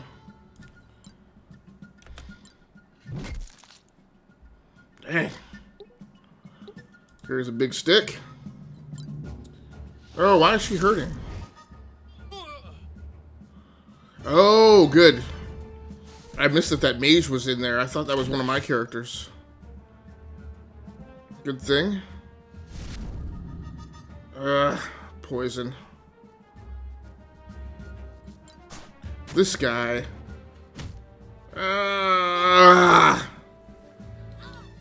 Jerk. Can I take this guy? Please take this guy out. Fripp!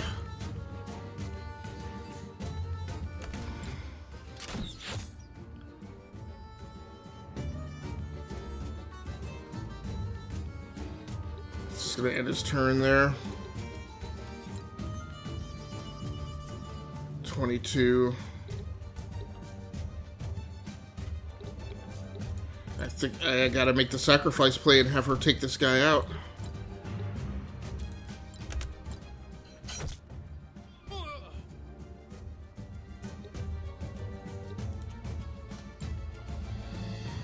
I have to give her to get the treasure. I have no idea what that even is. Now she can move.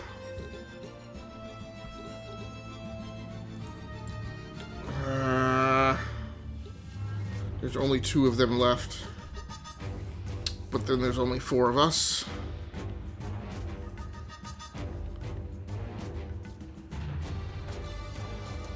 I guess one of the things I may have to change in my expectation setting is I shouldn't expect every character to not be taken off the chessboard every battle. Kind of built that up in my head. Maybe that's just not realistic.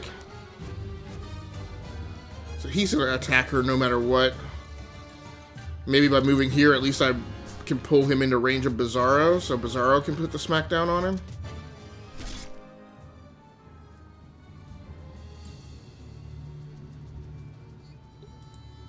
Can we take... Yeah, can't take him down.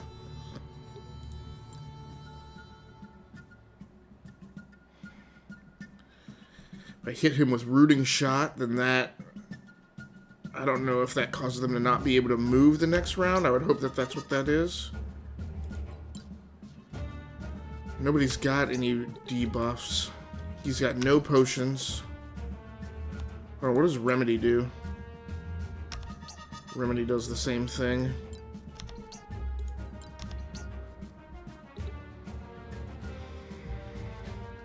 Alright, I guess I'm just gonna have to keep up the attack. 61, 102.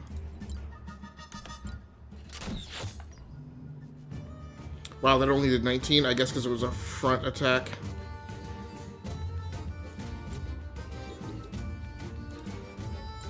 This guy.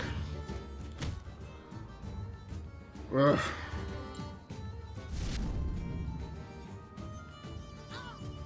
Wow, 3 on 2. What does she do? She's got no potions left. I mean, she has, at this point, she has no way of healing herself, right? She does heal when she goes into defend. I mean, unless he's close, he's 42 HP, she probably can't do that much damage in one hit. I think the best thing she can do is Chivalry and, oh man, 3 HP. And that'll boost her to 14. I don't think she survives the round, even if she does that. I think it's better for her to sacrifice.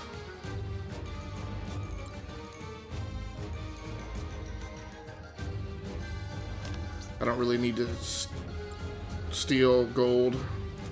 I just need to do as much damage to this guy as I can. Great, he's good, so he's taking a knee. Oh, nice. Wow, 39. So hopefully we should definitely be able to finish this guy off. Boom, 3 on 1, fools. And he leveled up. You better run. What?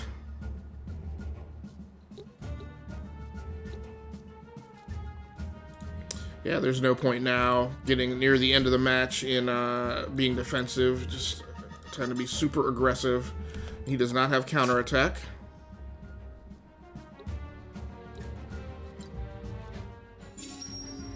Nice. Bizarro gives her the additional heal. Survival. Let's give him the rooting shot.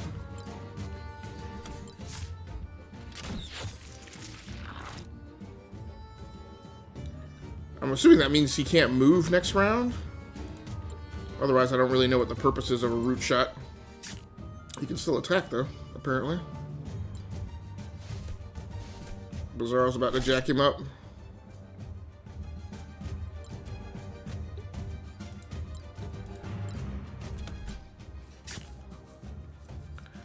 I was hoping she would be the one to take him down. After he has just freaking hounded her all the whole fight.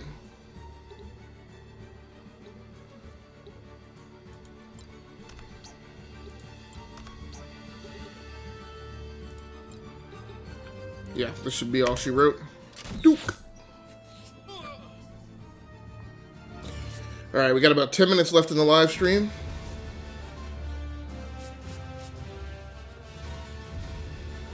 Raynor gets the MVP. He sure didn't get a lot of AP for that.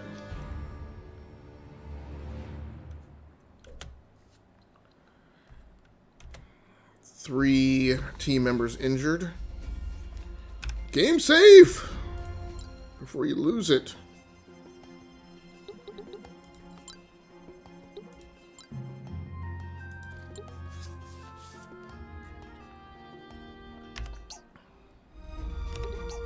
All right. Hit up the troops menu. Let me, before I do that, let me make sure, is there, yeah, so there's nothing there. Okay, so we don't have to do any equipment management. It's all abilities this time around.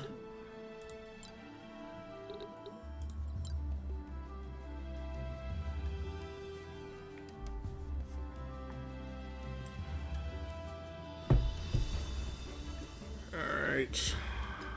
Precise strike. I have one character who has that ability. I do really like it with the targeting. Now she's a level 9 merc. We'll set her abilities for the next round.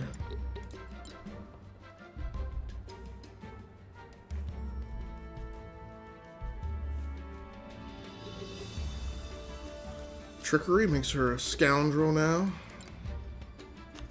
Sturdy grip, health expert, counterattack. Marked scoundrel. Rainer. Merc.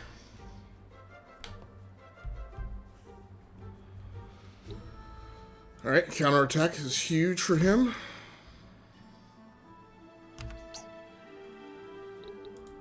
And the first ranger skill bump. So this is where the dynamic of the team starts to tilt a little with the introduction of a new class.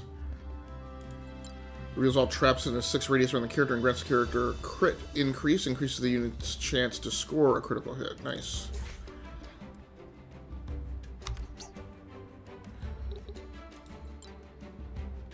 Oh, okay. So this removes debuffs. So that's an extra count of that in combat. If I should need it.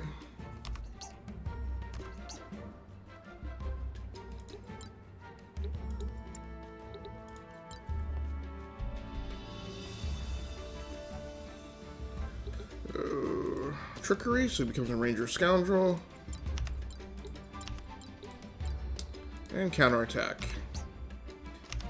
Unfortunately, I don't actually have time to probably get into another fight.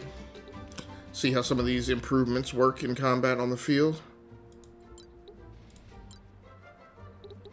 Mender. So she's got the one option. Oh, so this will allow us to restore somebody who's been taken off the board. Nice. Mender Plague Doctor. Go to Scoundrel.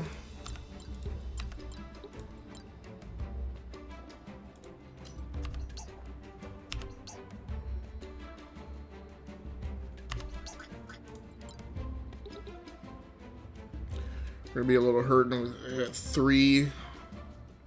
4 people injured. I can't even field a 6-person team right now. She might be getting 2 bumps here. Sturdy grip.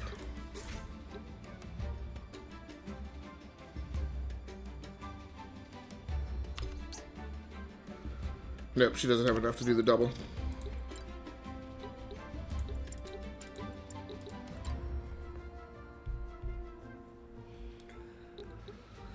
Mercenary scoundrel. Okay, she was already on trickery, so counterattack, that's fine. Virgil.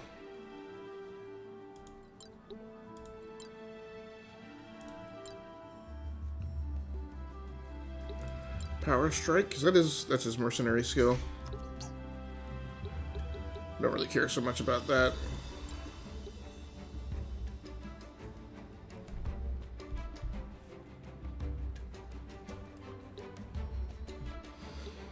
Okay, so that improves his other 2 elemental spell domains.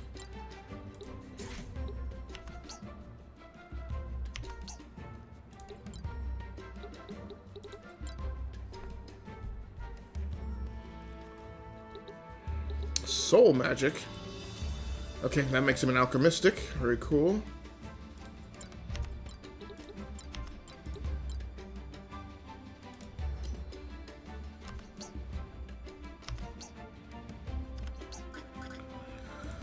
Loke.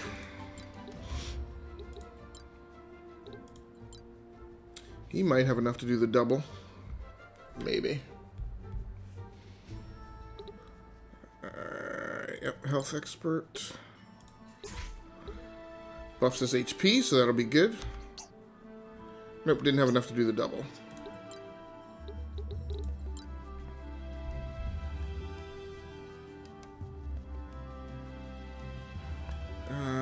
So let's go to Chivalry. That makes him a mercenary knight.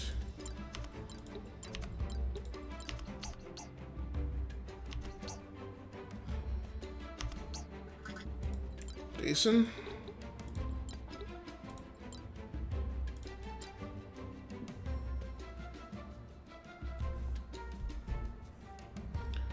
Let's go with health expert for him too. Again, buffing those HP. Makes me overall more resilient in combat.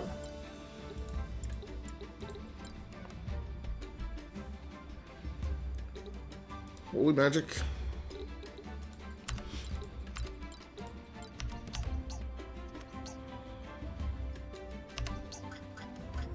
And Shah.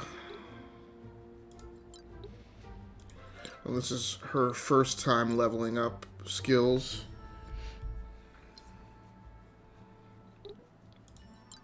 It's her Mind Strike.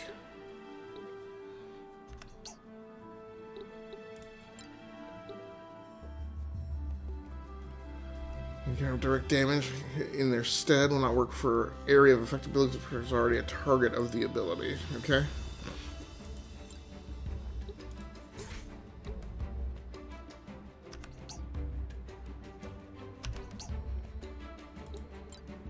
I think I have some characters who have Knight as like a sub ability, but I don't know that anybody's actually leveling up in that area, so it'll be interesting to see what that progression looks like. Alright, so everybody's sorted. So that's going to... yeah, okay, so what I'm going to do is I'm going to get a game save and see if the next thing is just a dialogue tree. If it's just a dialogue tree, then I'll at least have progressed past that point, so when I come back to that I won't have to sit through it. But if it's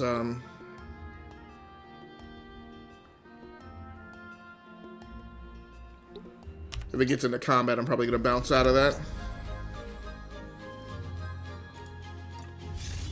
Yeah, looks like combat, so I'll just see if I can exit out.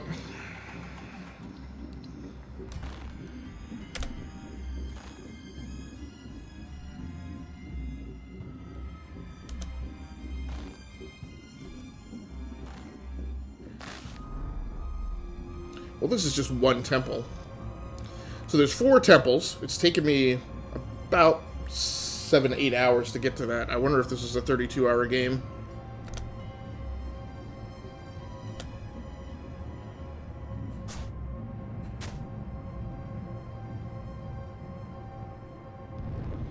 Don't talk to him.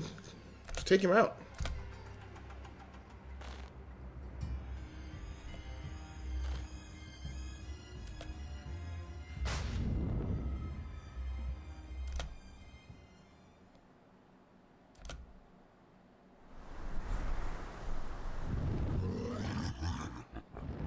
Whoa. Great.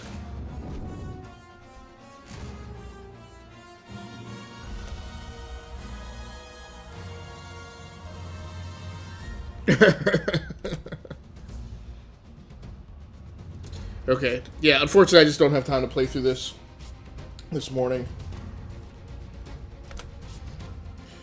So we're going to go ahead and wrap it up. Thanks so much for everybody who swung by and joined in on the live stream. Thanks so much, Ed Droid. Thanks so much, Naomi Grice. I appreciate both of you. If you happen to be watching the archive version of this after the fact, I appreciate you as well. Please feel free to like the video and subscribe to the channel so you just get notified whenever I'm going live or post new content. So I hope you guys enjoy checking out a relatively new game, a new release that doesn't get as much press as some of the bigger titles, but and also got a chance to check out how well the AverMedia Live Gamer Mini GC311 is doing. It's a pretty neat little tiny piece of kit. Probably would work really well for people who need to live stream or do game captures when they are on the road with a gaming laptop. Or maybe for people who just don't have a lot of space. But it's performed excellently so far without a hiccup at all. Really impressed with it. I've definitely seen the progression of AverMedia products from some of their older products up until now, and while I've had problems with them along the way, I will say they seem to be progressively getting inherently better, more stable, higher system availability, and overall reliability. This is one of the pieces one of the things I have is I maintain what I call a high reliability list. So pieces of studio gear for streaming that reliably perform time and time again and would kind of be go-to devices for me when I bring something up and I have a problem. I call it my high reliability streaming equipment list. I don't think I have another AverMedia part on there, except maybe the AverMedia Live Gamer Portable 2 Plus. This GC311 looks like it's going to make that list, so I'm really impressed with how it's performed so far. So until next time, happy hunting, stay safe out there, play the games that you like, and stream the games that you love. Once again, my name has been Agasically Stamus from the Rounding Off Infinity Gaming channel on YouTube and the E2KG Network podcasting channel on YouTube. Please head over to the E2KG Network channel and check out both of our episodes of E3 coverage this week. Parts 1 and 2 are both posted on the YouTube channel. Part 1 is also available on SoundCloud, Pocket Cast, and Spotify. I'll be getting up the second one probably sometime this weekend. Until next time, good morning, good luck, and good gaming. That's going to do it for me. I'm out.